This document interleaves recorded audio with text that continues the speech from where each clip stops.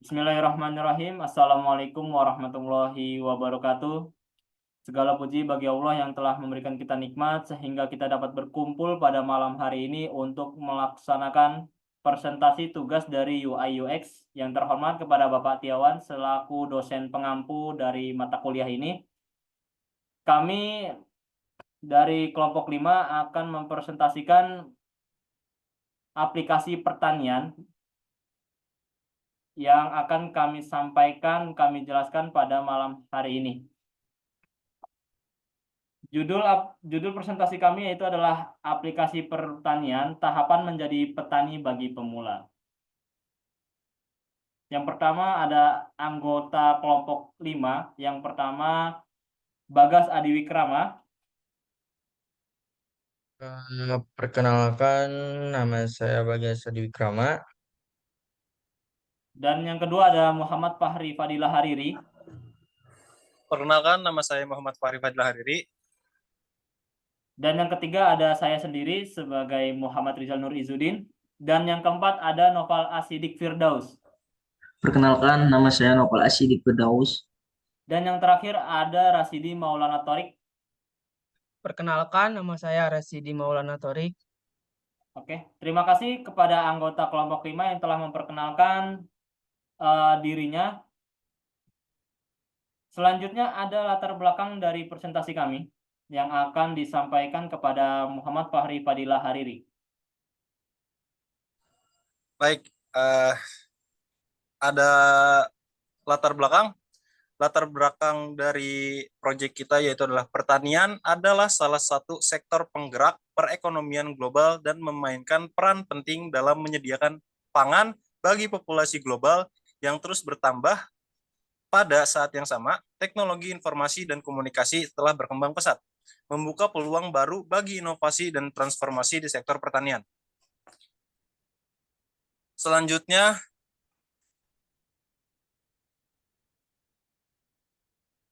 ada penjelasan objek study.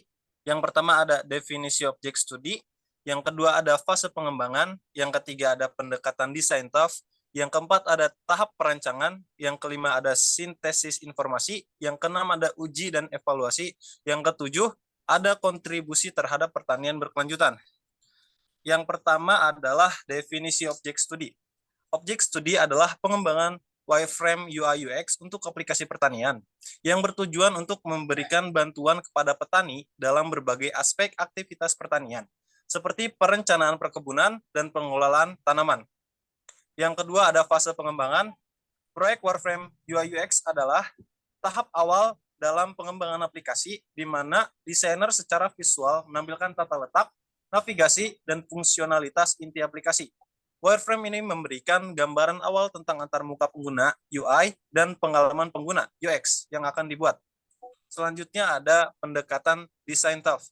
Penelitian ini menggunakan pendekatan pemikiran desain task yang menekankan pemahaman mendalam tentang kebutuhan, tantangan, dan preferensi pengguna dalam konteks pertanian. Pendekatan ini memastikan bahwa solusi yang dihasilkan memenuhi kebutuhan pengguna dengan baik. Yang keempat ada tahapan perancangan. Proses perancangan dimulai dengan tahap pemahaman, di mana desainer berinteraksi dengan petani untuk memahami permasalahan yang dihadapi dengan persyaratan aplikasi. Langkah selanjutnya adalah observasi, di mana desainer mengamati aktivitas sehari-hari petani untuk mengidentifikasi area yang dapat ditingkatkan melalui teknologi. Yang kelima ada sintesis informasi. Desainer mensintesis informasi yang diperoleh dari interaksi dan observasi dengan petani untuk mengidentifikasi pola dan peluang inovasi. Hal ini memungkinkan pengembangan solusi yang sesuai dengan kebutuhan dan preferensi pengguna. Selanjutnya ada uji dan evaluasi. Wireframe diuji dan dievaluasi bersama pengguna untuk memastikan bahwa solusi yang dihasilkan sesuai dan efektif dalam mendukung aktivitas pertanian. Umpan balik dari pengguna digunakan untuk melakukan iterasi dan perbaikan yang diperlukan. Yang terakhir ada kontribusi terhadap pengembangan solusi teknologi. Diharapkan bahwa pendekatan ini dapat berkontribusi pada pengembangan solusi teknologi yang lebih baik dan berkelanjutan yang mendukung pertanian berkelanjutan dan meningkatkan kesejahteraan petani. Ini mencerminkan tujuan utama dari penelitian ini. Selanjutnya saya kembalikan kepada moderator. Terima kasih. Baik, terima kasih kepada Muhammad Fahri Fadilah Hariri yang telah menjelaskan latar belakang dan penjelasan objek studi. Selanjutnya ada masalah yang diangkat dalam proyek kami yang akan dijelaskan kepada Saudara Rasidi Maulana Thorik. Kepada Saudara, waktu dan tempat kami persilakan. Oke, baik. Terima kasih kepada moderator. Masalah yang diangkat. Yang pertama ada kesenjangan teknologi. Dan yang kedua ada kompleksitas sistem. Yang ketiga ketidaksesuaian solusi dengan kebutuhan pengguna. Yang keempat keterbatasan desain UI UX yang ramah pengguna. Yang kelima ketersediaan informasi. Yang keenam pemenuhan kebutuhan lokal. Dan yang terakhir pemberdayaan petani. Yang pertama, kesenjangan teknologi. Ini mengacu pada divisi antara perkembangan teknologi yang ada dan penggunanya di lapangan, terutama dalam konteks pertanian. Banyak petani masih menghadapi kendala dalam mengakses dan memanfaatkan teknologi secara maksimal karena berbagai alasan, seperti keterbatasan akses ke internet atau ke infrastruktur, keterampilan teknologi yang kurang, atau kurangnya pemahaman tentang potensi teknologi tersebut. Yang kedua, kompleksitas sistem. Sistem-sistem pertanian seringkali kompleks dan sulit dikelola. Hal ini bisa disebabkan oleh berbagai faktor, seperti banyaknya variabel yang harus dipertimbangkan dalam mengelola kebun atau ladang. Ketergantungan pada faktor alam yang tidak dapat diprediksi sepenuhnya, serta perubahan regulasi atau kebijakan pemerintah yang memengaruhi cara petani bekerja. Yang ketiga, ketidaksesuaian solusi dengan kebutuhan pengguna. Beberapa solusi teknologi yang tersedia mungkin tidak sepenuhnya sesuai dengan kebutuhan dan preferensi petani. Hal ini dapat disebabkan oleh kurangnya pemahaman desainer tentang kebutuhan yang sebenarnya dari pengguna akhir, atau kurangnya penelitian yang memadai tentang kebutuhan dan tantangan yang dihadapi oleh petani di lapangan. Yang keempat, ada keterbatasan desain UI UX yang ramah pengguna. Antarmuka pengguna yang rumit atau tidak ramah pengguna dapat menghambat pengguna teknologi oleh petani. Petani seringkali memiliki tingkat literasi digital yang beragam, dan antarmuka yang sulit dipahami atau tidak intuitif dapat menghalangi kemampuan mereka untuk memanfaatkan teknologi dengan maksimal. Yang kelima, ada ketersediaan informasi. Akses terhadap informasi yang relevan dan akurat sering menjadi kendala bagi petani. Hal ini dapat disebabkan oleh berbagai faktor, termasuk keterbatasan infrastruktur, komunikasi, dan internet, kurangnya akses terhadap pelatihan atau literatur teknis, serta keterbatasan dalam bahasa atau format informasi yang tersedia. Yang keenam, ada pemenuhan kebutuhan lokal.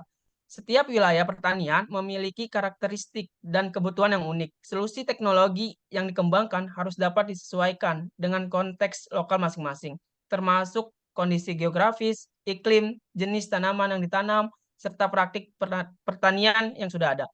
Dan yang terakhir, ada pemberdayaan petani. Adopsi teknologi yang berhasil memerlukan lebih dari sekedar menyediakan solusi teknologi, petani perlu didorong dan didukung melalui pelatihan, dukungan teknis, dan partisipasi aktif dalam proses pengembangan solusi teknologi. Cukup sekian dari saya akan kembalikan kepada moderator. Baik, terima kasih kepada Rasidi Maulana Thorik yang telah menjelaskan masalah yang diangkat dari proyek kami. Kemudian selanjutnya ada 5 tahapan design thinking aplikasi pertanian yang akan dijelaskan kepada Saudara Bagas Adi Wikrama. Kepada Saudara, waktu dan tempat kami persilahkan. Baik, terima kasih. Di sini ada tahapan yang pertama itu empatis. Nah, apa sih empatis ini?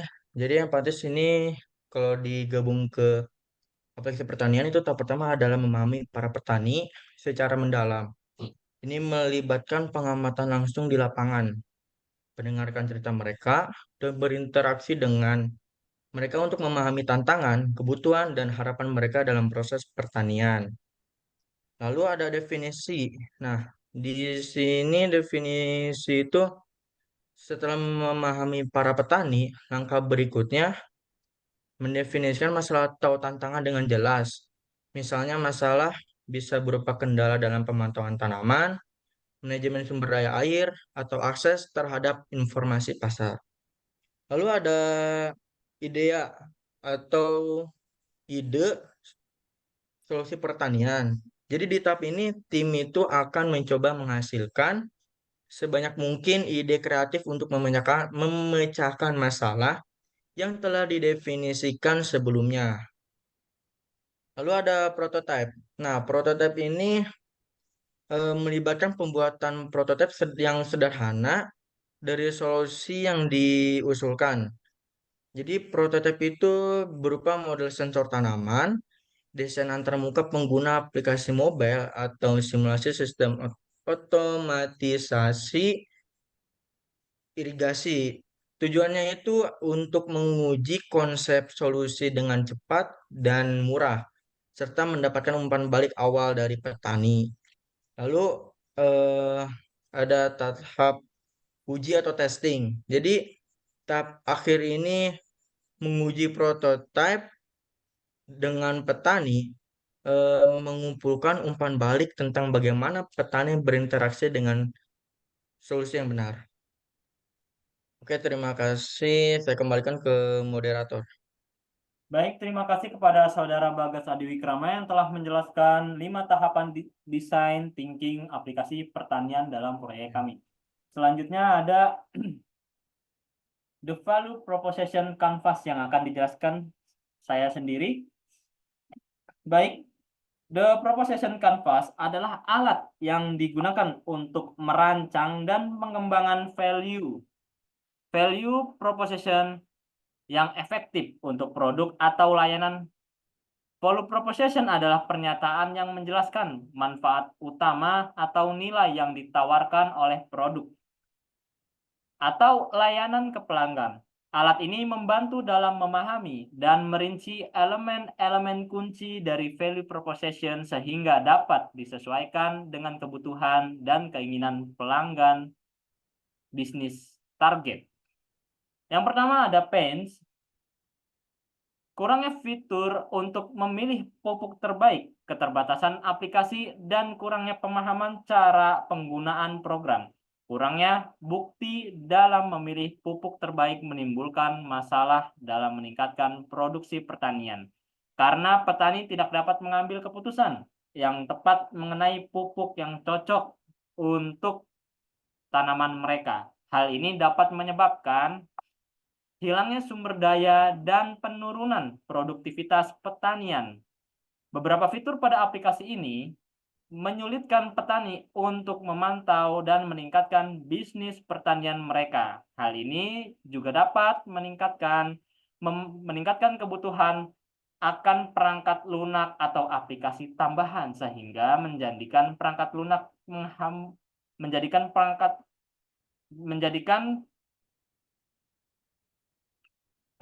pertanian lebih sulit untuk dikelola. Kurangnya wawasan tentang penggunaan menyebabkan ketidaknyamanan atau ketidaksempurnaan untuk petani dalam menggunakan aplikasi ini. Yang kedua ada gains. Gains adalah keinginan untuk memiliki program yang kompleks. Jadi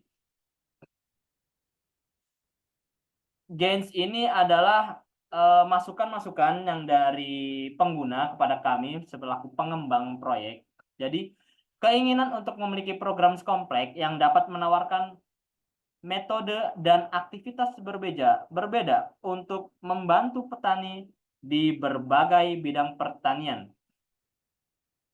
Kompleksitas ini membantu petani dalam mengambil keputusan yang lebih baik dan meningkatkan efisiensi dan produktivitas operasi pertanian. Ini juga menggunakan perangkat lunak yang menggunakan sistem panen dan mengontrol cuaca, sehingga memudahkan petani untuk mengurangi pemborosan waktu dan sumber daya panen sehingga meningkatkan kualitas dan hasil akhir produk pertanian. Yang ketiga adalah customer job. Customer job adalah pelanggan yang umumnya adalah petani mempunyai hal-hal yang sangat penting dalam kegiatan pertaniannya. Pertama, mereka perlu mencari pupuk, bahan kimia, dan bahan pertanian lainnya. Untuk merawat tanaman mereka, mereka dapat menjamin kesehatan dan pertumbuhan tanaman mereka sekaligus menyediakan akses pertanian untuk mendapatkan uang. Apalagi setelah panen, mereka harus menjual hasil pertanian untuk mendapatkan uang. Oleh karena itu, mereka memerlukan platform atau metode yang memungkinkan mereka memasarkan dan menjual produknya secara efektif, baik secara lokal maupun online. Dan yang keempat adalah pain relievers. Untuk mengatasi masalah pemilihan pupuk terbaik, penambahan khasiat, dan pemahaman penerapannya, petani dapat melakukan beberapa langkah. Pertama, mereka dapat meningkatkan proses pemilihan pupuk dengan menggunakan algoritma atau pedoman artikel. Artikel ini akan membantu petani menentukan jenis pupuk yang terbaik untuk spesies tanaman, kondisi tanah, dan kebutuhan pertanian mereka. Selain itu, pengembangan dapat meningkatkan dengan menambahkan fitur baru yang membantu dan mendukung petani seperti integrasi alat pertanian, fungsi analisis data, atau manajemen inventaris. Dengan cara ini, aplikasi diproses secara efisien dan solusi total ditawarkan kepada petani. Kemudian ada Gens Creator. Selain menyediakan berbagai penelitian tentang pupuk, beras, dan obat-obatan, program ini juga menawarkan fitur pembelian atau penjualan penyewaan mesin giling yang sangat bermanfaat bagi pengguna, khususnya petani.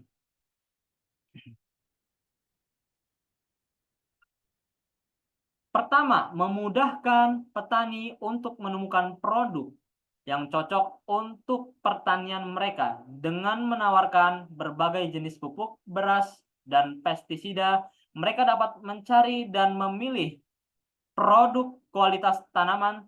Selain itu, fitur penjualan atau pembelian penyewaan mesin dan mesin giling yang ditawarkan aplikasi memudahkan petani dalam membeli peralatan pertanian yang diperlukan. Petani tidak perlu lagi khawatir mencari atau membeli peralatan dengan aplikasi yang sangat tidak kompeten dengan apa yang mereka cari.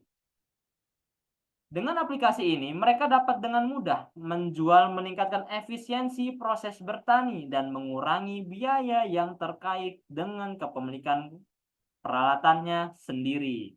Kemudian ada produk and service.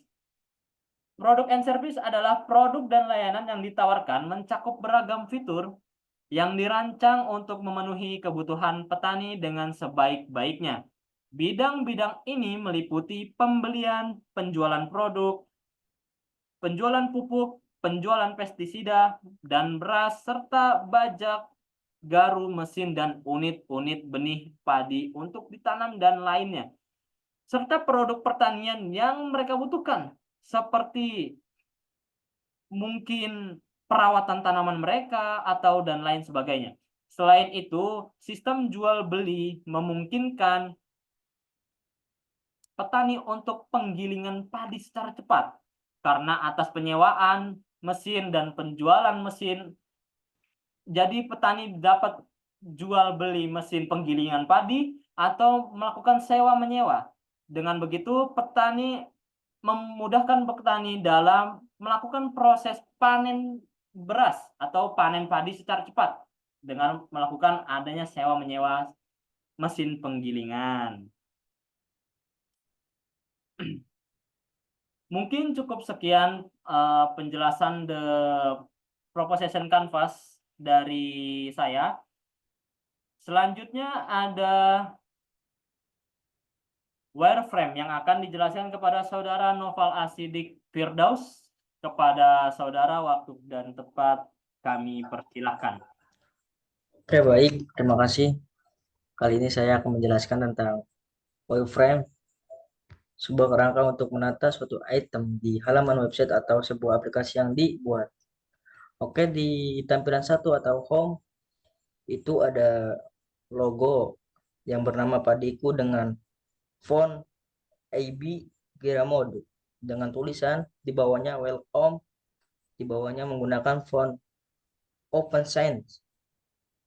Oke, lanjut ke tampilan kedua, yaitu ada tempat untuk registrasi dengan logo avatar, terus ada kolom untuk email,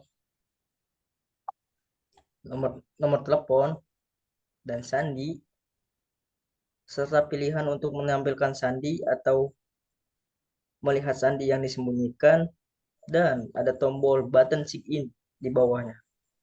Oke,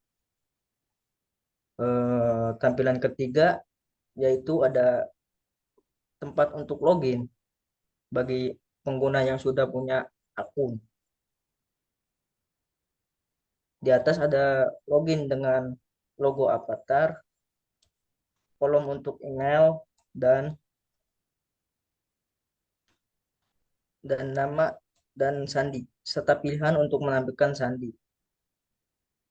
Dan di bawahnya ada button login. Dan tampilan keempat yaitu ada di atasnya ada pencarian dengan gambar dengan penjelasan tentang Padiku, serta tombol untuk informasi lebih lanjut. Di bawahnya ada image tentang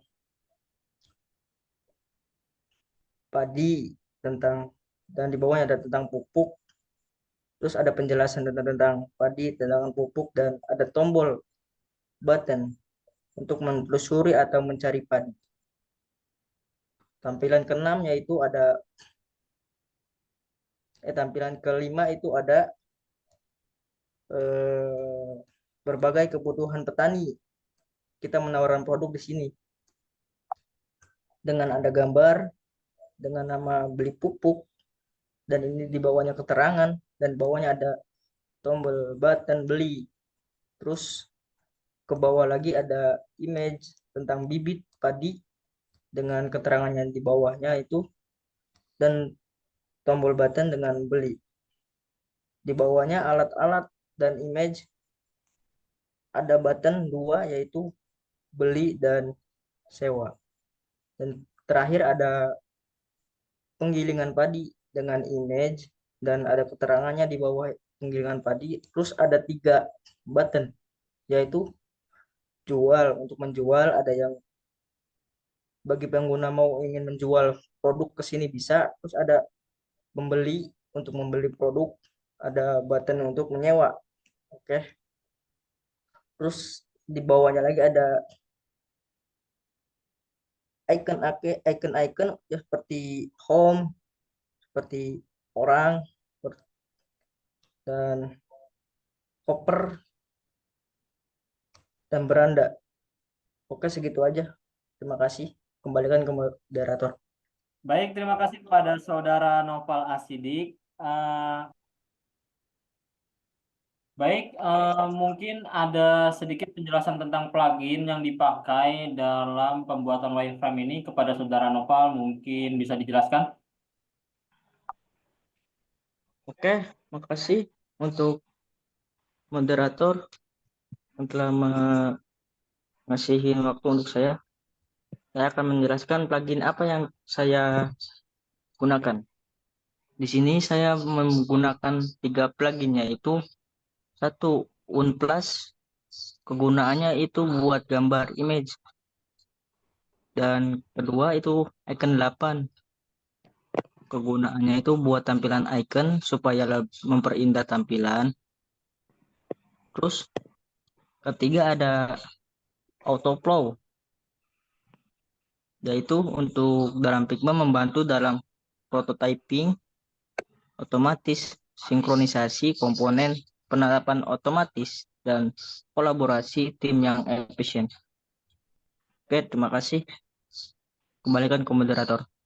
Baik, terima kasih kepada Saudara Nopal yang telah menjelaskan tentang plugin yang telah dipakai untuk pembuatan wireframe ini. Selanjutnya adalah kesimpulan yang akan dijelaskan kepada Saudara Bagas Adi Wikrama. Kepada Saudara, waktu dan tempat dipersilakan. Oke, baik. Terima kasih kepada moderator. Di sini kesimpulannya yaitu, menurut saya berdasarkan seluruh informasi yang diberikan di atas, kita itu dapat menyimpulkan bahwa metode perancangan berfokus pada konsep desain dan penggunaan kabel UI UX dalam pembangunan pertanian dan merupakan langkah penting dan praktis dalam meningkatkan efisiensi dan kualitas solusi teknologi di tingkat pertanian. Penggunaan pendekatan desain memungkinkan pengembang untuk lebih memahami kebutuhan, kendala, dan preferensi pertanian pengguna. Mungkin itu kesimpulan dari saya kembalikan ke moderator. Baik, terima kasih kepada Bagas Adi Wikrama yang telah menjelaskan kesimpulan dari proyek kami. Ya, mungkin cukup sekian presentasi dari kelompok 5. Jika ada kesalahan kata mohon dimaafkan. Wabillahi taufiq wal hidayah. Wassalamualaikum warahmatullahi wabarakatuh. Waalaikumsalam. Waalaikumsalam.